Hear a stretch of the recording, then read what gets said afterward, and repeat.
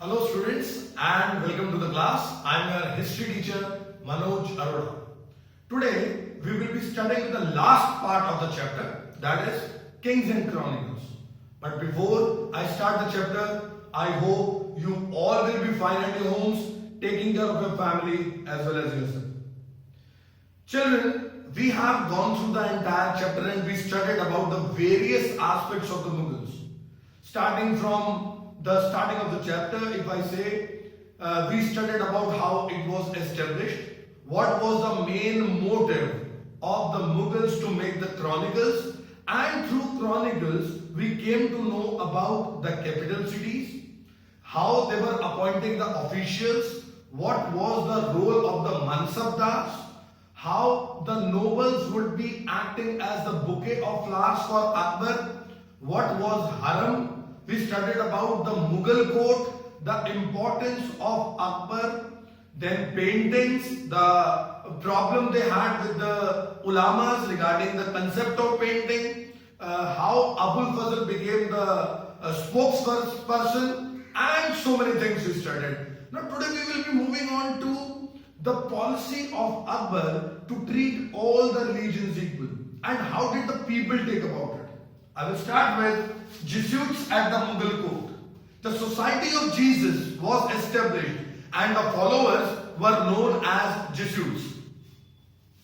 Europe used to receive the knowledge of India. How would Europe get the knowledge of India? They would get through the missionaries, they would get through the various merchants, they will get through the travelers, and they will get through the diplomats. In this way, they would get the knowledge about India from these various people, those who had visited India at various points of time.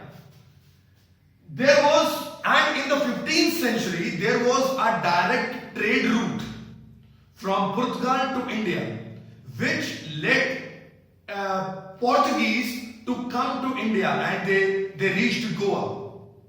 Now, behind this reaching India, the motive was to do the business, but also the Portuguese king wanted to explore about India and wanted to spread Christianity in India, and he took the help of the Jesuits in that.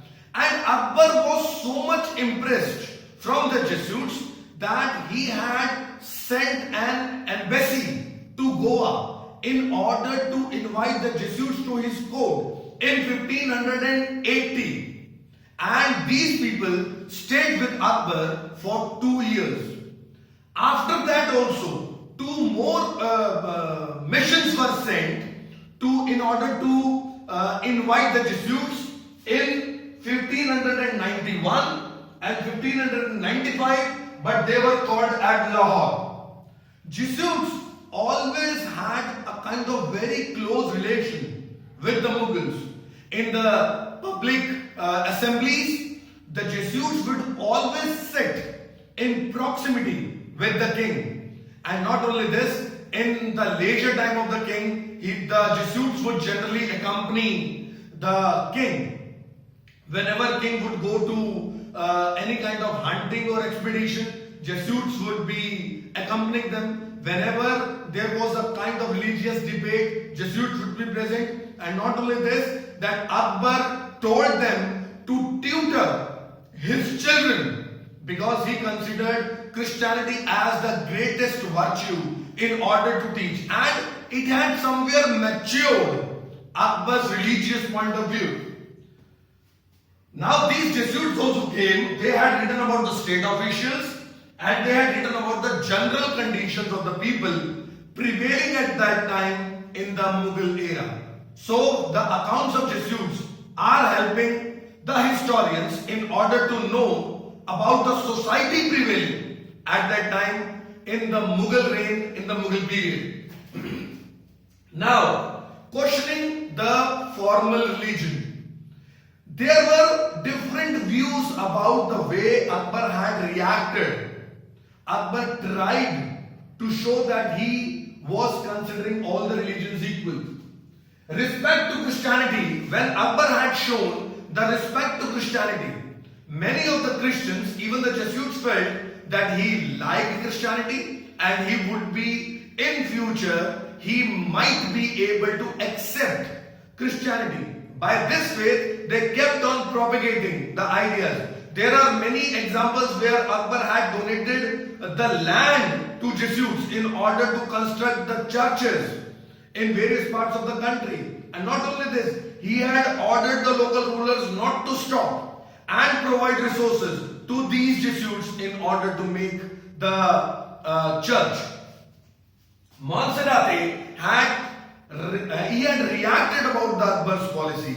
He, no doubt, undoubtedly, he had been very happy when Akbar had shown his interest in Christianity. But he had also written that when Akbar would be showing equality to all religion, actually he is disrespecting all the religions. This was his view about the Akbar's neutral policy about religion.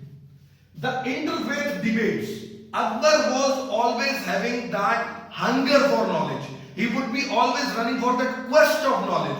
And he would have an interfaith debate in the Ibadat Khana. And he would call the people from different religions. He would call the heads of the different religions and tell them to have a debate over religions.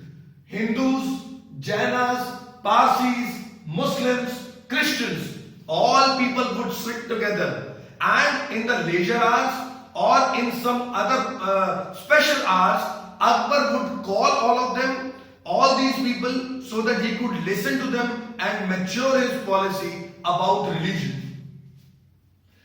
This knowledge, this debate had moved Akbar from orthodox Islamic thinking. Akbar did not follow word to word. Akbar was a king. Akbar always said that he was a king of all the people. Akbar never considered himself to be the king only of Muslims. And one of the very good example that he was the king of all, that in 1563 he had removed 1563 and 1564 he had removed the jizya tax and the pilgrimage tax. Removing these taxes from over the Hindus, it showed that he considered all the religions equal. Abul Fazl and Akbar created the concept of the philosophy of light.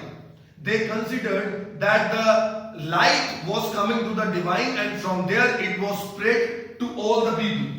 Sovereignty to one who knows the divine. Akbar always considered that sovereignty could be attained only when you know all the religions. When you will be knowing the faith of the people, when you will be respecting the people, then only the people would be listening to you, the people would be understanding you, and the people would follow your orders. It was to assimilate the heterogeneous population. This was the way by which Akbar tried to become the king of all the people.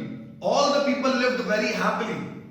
Under his rule, Akbar had tried to get the knowledge from all. Sulh Kul was one of such examples where we showed that he wanted absolute peace. This concept is also written in Akbarnama. I hope you must have understood this chapter. This chapter gets over here today. I request all of you to read NCERT books. I always tell it is a must.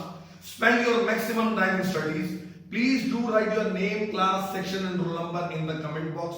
Still you have got any problem, write in the comment box or come to me in the morning sections arranged by the school. I hope you must have understood the chapter absolutely.